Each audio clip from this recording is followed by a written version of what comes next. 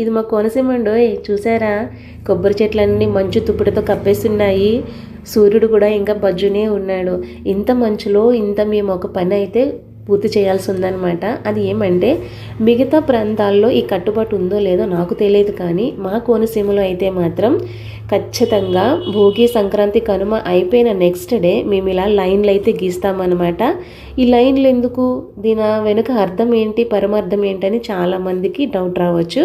చెప్తాను, నాతో వచ్చేసేయండి. ఇక్కడ మనం ఆ దేవుడి గది ఎక్కడైతే ఉందో అక్కడ ఒక చిన్న ముగ్గు వేసి అక్కడ నుంచి ఒక లైన్ అయితే బయటకు తీసుకొస్తారనమాట. అది కూడా మనకి తూర్పు దిశగా తీసుకురావాలండి. అలా 3 గీతలను తీసుకొచ్చి ఒకే లైన్గా బయటకు తీసుకురావాలన్నమాట. ఇలా ఎందుకు అనుకోవచ్చు, చాలామందికి డౌట్ రావచ్చు అనమాట. ఇక్కడ ఏమంటే, భోగి, సంక్రాంతి, కనుమ ఈ 3 రోజులు కూడా ఆ పరమశివుడు శంకరుడు భూమిపై సంచరిస్తాడని నమ్మకం అన్నమాట. ఈ 3వ రోజే ఎందుకు గీతలు గీస్తారు అని డౌట్ రావచ్చు. ఏంటంటే, ఆ శివయ్య ఆ 3 రోజులు మనతో పాటే ఉండి ఆ 4వ రోజు శంకరుడు తన లోకానికి తిరిగి వెళ్ళిపోతాడనమాట.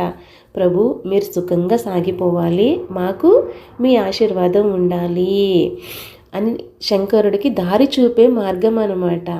ఇంటికి వచ్చిన దైవశక్తిని గౌరవంగా సాగనంపడం.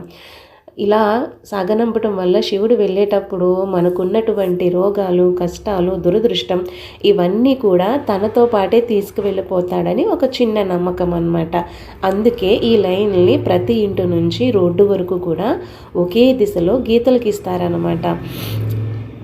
ఇలా గీయటం వల్ల ఏంటంటే, ఆ పరమశివునికి ఒక మార్గం చూపించినట్టు అనమాట. ప్రతి ఇంటి ముందు రోడ్డు వైపు గీతలు వేస్తారనమాట.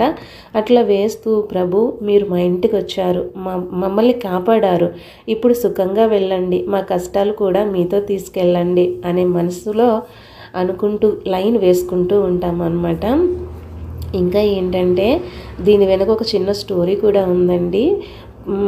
పూర్వకాలంలో శివుడంట రైతుల రూపంలో పశువులతో కలిసి ఉండి గ్రామాల్లోనే తిరిగేవాడంట.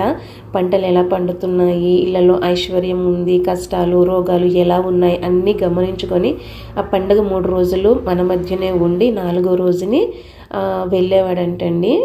ఇంకా ఏంటంటే, ఇళ్ళ ముందు ముగ్గులు పెట్టుకుంటాం కదా, గొబ్బెమ్మలు, పశువుల పూజ, ఇవన్నీ కూడా శివునికి ఆతిథ్యం అన్నమాట. ఈ లైన్లు ప్రతి ఇయర్ వేస్తామన్నమాట మేమైతే.